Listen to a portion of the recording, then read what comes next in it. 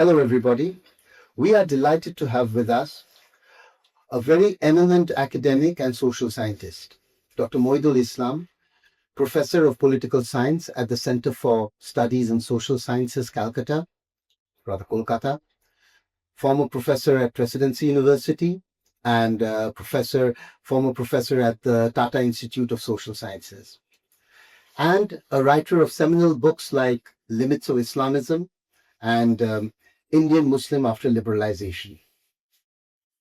We are going to talk today about the growing communal politics in West Bengal and its impact on Bengal society and the elections that are due.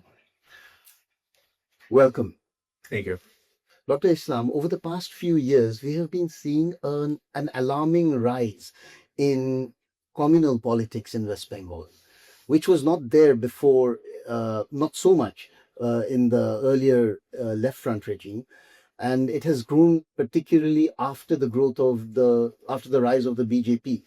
Now, with the SIR and with more polarization taking place because of the proposed Babri Masjid and uh, irresponsible utterances by leaders from the uh, two major political opponents, that is Trinamool and BJP. Do you think that this election will see a culmination of this growth of communal politics? Well, certainly, this election will see rather communal expression, kind of political articulation around religious lines, particularly from the BJP and the smaller Muslim parties like very localized parties in Malda, Murshidabad, and parts of North Dinajpur, where these three districts where the Muslims are a majority. You could find some kind of heated exchanges or maybe a communal flare up in the run up to the elections from these minor Muslim parties like the MIM, who is a very new player in this state, or this Am Janata Unnayan Party by Oman Kabir, who was incidentally a former congressman. Then he turned to Trinamool, and then he was also a BJP candidate in 2019 Lok Sabha elections. Then he again got back to Trinamool, and then again he floated a party. The BJP has been actually aiming Bengal for long, and you are right that in Bengal, we didn't quite experience communal polarization during the left front. The last big political riot in the last big communal riot in Bengal was 1964. That was the Congress time. But after that, we didn't quite see any kind of big communal rights, even in '84 or the Sikh riots, anti-Sikh riots, and in 1992. Uh, we could find that the then left front government was able to control any kind of communal flare-up. So there was no major incidents. 92 was when the curfew was there, and then it was not uh, kind of riots that we saw in Mumbai or in other parts of the state, or certainly not like the 2002 Gujarat one. The what is interesting that in Bengal from 2014 onwards, after the new government came with Narendra Modi as the prime minister in 2014, and BJP becoming a single largest party for the first time in its entire history, and even in the electoral history, if you look at it, was after 1984 that there's one single largest party in the Lok Sabha. And from 2014 onwards, once there's a central government was headed by a BJP and a former RSS Pracharak, in Bengal also, we would find that a number of RSS shakhas and branches have grown out. Even Hindu also did this story in 2014, 2015. And low-scale communal violence, not very big riots, but low-scale communal violence that started to erupt in several parts of Bengal. Dhulagar was one. You have Malda. Before that, you had in the Deganga, which was a little earlier than 2014. But these kinds of, and then recently in uh, Islampur or in Beldanga or so these kinds of More small recently at Mothurapur. Mothurapur. So this small low scale Raghunath. So laws. This kind of low scale communal violence that has been now has started. Uh, so now these are the first symptoms of a BJP government coming to power. I don't think that in this time BJP will be coming to power, at least as of now. But in the long run, these are all these get accumulated, and these are the larger narrative that will set in, and people will get more polarized. So these are challenges. And if you look at the pattern of communal rise and the rise of BJP, they are very synchronized. So what is quite interesting is that the RSS ecosystem, they kind of provoke certain sections of the population in a state which is not run by BJP, but where the BJP is in opposition. This has happened in 2013 Muzaffarnagar, where the Samajwadi Party was in the UP, was controlling UP. They were the main ruling party. And BJP did magnificently well in Western Uttar Pradesh in 2014 Lok Sabha elections. It is happened in Assam, same 2013, 2014 riots, and then followed by elections, and BJP swept the votes in Assam Lok Sabha. So, and even during the North India, when the BJP's rising period in 1980s, you will find that each communal riots have actually paid richer electoral dividends, whether it was in Madhya Pradesh, whether it's in Bihar, in Bhagalpur riots, whether it's in Meerut before. Similarly, in Gujarat, Modi was just there where the BJP government was not very confident. And then there was the Kotra riots, and then, Modi got a resounding victory 2002 assembly elections. Much has been written on that. So I think this is a really difficult and a crisis period West Bengal, where you have low scale communal violence and communal flare ups. And if you have a strong Muslim party like the Assam AIUDF, that is a pure recipe of disaster. Now, today we don't have a very strong Muslim party like the ISF or the Amjad party or the MIM. They are still in a very nascent stage. They have to work for another 5-10 years to grow up a bit. Uh, but these are certainly very early symptoms that the state is certainly going towards a transition. So we've seen, like, if we look at the rise of the BJP in the state, essentially the spurt took place around 2018, 2014, when their vote percentage from 3 to 6 shot up to about 18 and 70%. 17%. And then in 5 years' time, it became 40%. Yeah. And then they came back as the main opposition here. Now, in this given scenario, we've seen like a kind of a binary being created. And this binary eliminates all the traditional secular parties like the left and the Congress. Now, this is very convenient for the two main oppositions because they're keeping as this binary increases, as the wedge between the Hindus and the Muslims get deeper, the other secular traditional parties fade into political oblivion. So, in this scenario, do you see a kind of a change in happening in this particular election? Will there be a resurgence of the Congress or the left?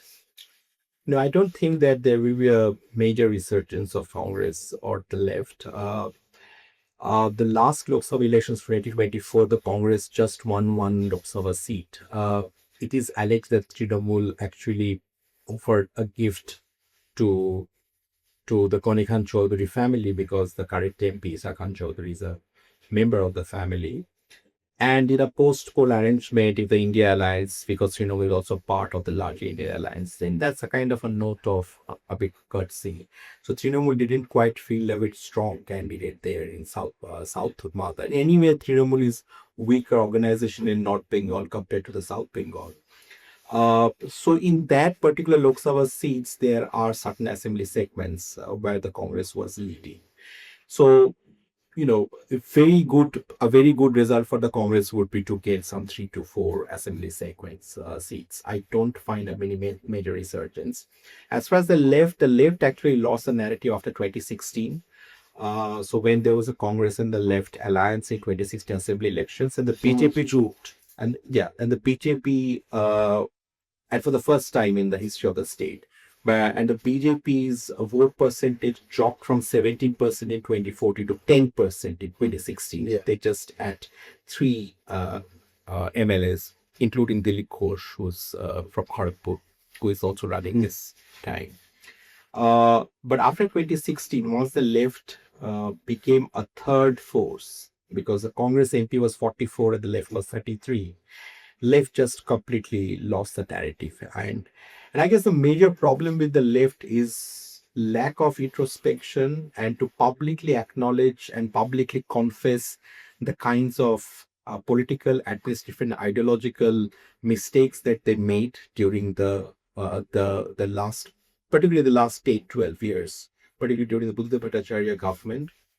Uh, there were other issues, but then mostly the lack of this acknowledgement, a public acknowledgement, a kind of a public confession. That was very that was one. The second is that left is unable to create a new alternative, the kind of vision for an alternative Bengal, which could appeal to very younger generation of the population. So there seems to be left is completely in a contradiction. So uh, remember, the Trinamool is actually posturing a very left of center left kind of agenda right from the beginning. 2012, once they came out from the UPA 2 on the ground of opposition to FDI in retail and FDI in insurance. These are patent left issues. Whenever there is some kind of, decline in bank interest rates or some inflation hike, some gas, recently this whole gas price in Middle East, the Trinamool was the first party to actually go to the streets and rally. They, as far as the social welfare programs are concerned, this is essentially very left at it. Now, the left is in completely in a contradiction to say if they can't say they used to first say that these are all kind of almost like a dolls. This has made people as a beggar. Now they have changed this position. They said, no, we are not against those, but we need transformative change. We need real economic change. We need more employment. Okay, so but the question is that politically and ideologically, the Trinamool's program is not a right-wing program, right? Absolutely. Now that's where the left is unable to attack Trinamool from the left. You see, so the new left is actually Trinamool here in terms of politically, and and on the questions of NRC or the no to no NRC, no CA, no NPR, all these issues, Now, the one left could still critically say that okay, in terms of voting, where the Trinamool was there is abstention, all sort of things. There, these are very minor details. But the people at large, they just see the posture, they just see the kind of articulation that the Tribunal makes, or the things that they say on the social media or in public rallies. At least they are opposed to a lot of BJP's program of NRC, CA, or NPR, and certainly in the SIR case. So this is, I think, it's a problem there from the Congress and the left. And historically, if you see the party systems in Bengal has been always a very bipolar state with only limited years of transition period where you could find a kind of multi-party, multipolar polarity. So if you look at 51, 52 elections to 67, this was absolutely bipolar. And the 67 to 77, that 10 years of transition, you will have multi-party with Bangla Congress and several other smaller parties, Left Front, then you have Congress. So, and after 77, again, there's a bipolar. It was the Congress and the left. And then from 98, when the Trinamool emerged, in South Bengal, it essentially became a bipolar party between the left and the Trinamool. And in North Bengal, it was a Congress and the left. So Yeah. But and and again, after the left went out in 2011, you would find the BJP emerging in 2014, and this transition from 2011 to 2019 that got complete. And so between 2011 and 2019, we have multi-party with Trinamool Congress left, and then the BJP is rising. And by 2019, the bipolarity again was established with, as you said, that 70% votes of 2014, which came down in 10% in 2016. From 10% in 2016 to in 3 years, in 2019, they got 4 times and 40%. And it is now hovering around 38 to 39% in 21 assembly and 24 Lok Sabha elections. Generally, the BJP gets more votes in the Lok Sabha election than the assembly elections. It has been the historical trend right from the 1980 elections when the BJP was first formed in Bengal. It was so always because it's a national party, so they will always get more votes in Lok Sabha. In assembly, they get less votes. Remember, in 1991, in 1991 Lok Sabha, the BJP got 11% rules with this anti-Babri mobilization, Kar Seva mobilization, and Ramdan movement. Again, the BJP came down, and it was going at a 4 to 6%. But I think largely this is again going to be a bipolar, contest. BJP versus the Trinamool, with maybe some local segments where you might have a triangular fight in Malda or in Murshidabad, maybe some, here and there, but not much. I won't say there will be more than 50 seats out of 294 where there will be a triangular fight or multi-party contest. So we talked about the three Muslim-dominated districts, which is Murshidabad, Malda, and Uttar Dinajpur. Now, all these three districts are traditional Congress strongholds. But in the 2021 elections, we found that essentially Trinamool won 20 out of the 22 seats in Murshidabad, 8 out of the 12 seats in Malda, and 7 out of the 9 seats in North Dinajpur. And the BJP won the rest, which is 2-4 and 2. That's so Congress kind of disappeared from its own stronghold. But in 2024, we saw that Congress kind of came back in around 16 of the seats that the Trinamool had taken away from it, as far as giving a lead is concerned, and were, breathing down their neck in at least 5 other seats, in all these 3 districts combined. So in this situation, we see Mosam Benazir Noor returning back to the Congress fold, and a kind of a resurgent Congress in the sense that the workers were more enthusiastic. But this SIR seems to have dampened the spirit quite a bit. Do you think that this SIR and Mamata's use of that as a political tool has destroyed whatever chances the Congress would have had in its own bastions? Yeah, certainly. Well, you not only destroyed the Congress chances, but I would say that the SIR has actually will give a very difficult task for the BJP too, because the Mamata has actually used the SIR as a consolidating pole. So although several lakhs of people were deleted, and many have been also Muslims, particularly those who were under the under education. But even with these Muslims, and if you see the under education numbers, so Murshidabad was like over 10 lakhs, and then Malda was like over 8 lakhs, and North Dinajpur was over 4 lakhs, and then the 224 Barganas like over 5 lakhs. So, and these are the 5 districts where Muslims are a substantial minority. In the 3 districts, they're majority, but in the 224 are a substantial minority. And in Birbhum also, where they are like around 35%. In any way, the Congress and BJP gets more votes in Lok Sabha. That's the historic trend. As I said, that the national parties they get more votes in Lok Sabha. But whenever it comes to assembly, people tend to vote for the ruling party or a regional party like the Trinamool. And I think this SIR will benefit the Trinamool in these elections, and it may have actually dampened the Congress's chances and the BJP in a number of states, particularly not in these three districts, because these three districts BJP may gain, but in the Mathua belt and where the lot of Mathua elections will BJP score voters, and in certain urban sectors of the non-Bengali voters, their deletion happened in the first enumeration phase. So I think the BJP will be the weaker pitch in Nadia and North 24 Parganas and parts of South 24 Parganas. In South Bengal, they are anyway weak, but in Calcutta and North 24 Parganas and Nadia, they may actually, in a difficult pitch because of the deletions of both the Mathua and the non-Bengali votes. I'm going to ask you, you're a very astute election observer also. I've seen that before. It's not just from, it's not just an overall political view that you have, but you observe elections very astutely. Do you have a prediction?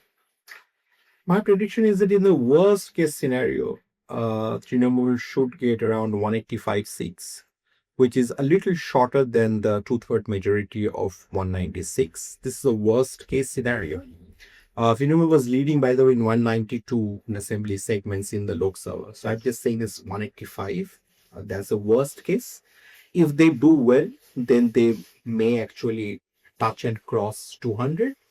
And if they do excellent, which is that on an election day and the entire campaign, everything is favoring Trinamool, let's see. And because of the first past the post of the winners take all, it is also possible. We cannot completely ignore that particular aspect, that the Trinamool may actually sweep very well, and then they could touch or may cross to 26, which is Mamta's target. That's the 26 in 2026 we will get 226. That's also possible. But I think the worst case scenario, Trinamool should get 185. If they get that, it will be an aberration because, which means that the BJP may touch 100, with three figures. And for the first time after 1977, that a ruling party won't get a two-third majority. Remember, the last time that happened was in 2001, which was a very difficult election of the left front. And at that time, there was a Congress and Trinamool alliance. In 2001, Mamata just came out of BJP, Trivedi Vajpayee government. And within months, she had an arrangement with the Congress. Anil Biswas, the then state secretary, he said that the left should get around 180 seats. They ended up with 199, with CPIM for the first time after 77 coming back to 141. The CPIM as a party was under majority. 148 is the figure mark. But as a left front as a whole, they got to 199, which is two-third majority. Yeah. Trinamool ended up with 60 seats, and the Congress ended up with 26 seats. And that's the kind of, but otherwise, in every elections, whoever wins, they win two-third majority. It happened in 2011 when the change of government. The Trinamool won around 185 and the Congress another 440 something. That together they got something 215, 16, and then Trinamool repeated that performance alone in 2016. And 2021 was massive because after 1962 elections, one party getting 47-48% votes. This is huge because even in the left front era, where the left front was in its heydays, and if you ignore the 2009 Lok Sabha elections, generally the left front gets around 48 to 52%. The highest was in 1987 when the left front got 52% votes and 251 seats. That's the highest ever in the state's history. So that was third term. Trinamool kind of repeating a third term in 2021 with 48% votes, with the Congress got in 1962 in this third term. But the CPN was never touched, and it never touched 40%. They were always like 39, 38, 39%. Is the other mind, because the left front was a alliance of 10 parties. So the other parties, smaller party, RSK, falls along CPI and all, they come together and they were adding to the kitty. Mm. So that's how it was. They were touching 50% or even 52%. But Trinamool, as a single party, doing this level of votes, it's huge. Given the fact that it's not a cadre-based party like the BJP or the left, it is still doing that.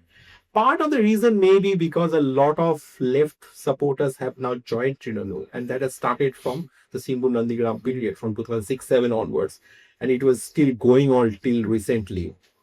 That is possible. That can be one. And recently, this Prajiku Rama, there's a young left, he also joined. And before there was Rezak Molla and Shokat Molla and several others who have from the left or left joined.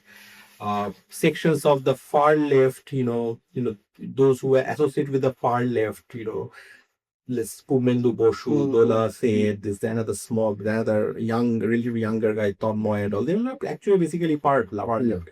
They are also Trinamool. Trinamool, I think it's a very interesting party where it is offering a platform politics, where it's almost like a rainbow-like people. So you had an old Trinamool. You have people who had an attachment with the BJP and RSS also. They are also part of Trinamool. And then you have the new Trinamool, which is post 2006. So this Prapto Boshu and all the culture clan and all, new Trinamool. And when you had these people who are from the left and far left, also those Trinamools. It's a platform, but it's a truly bus party in that sense. Yes. That was wonderful. Thank you so much. Thank you.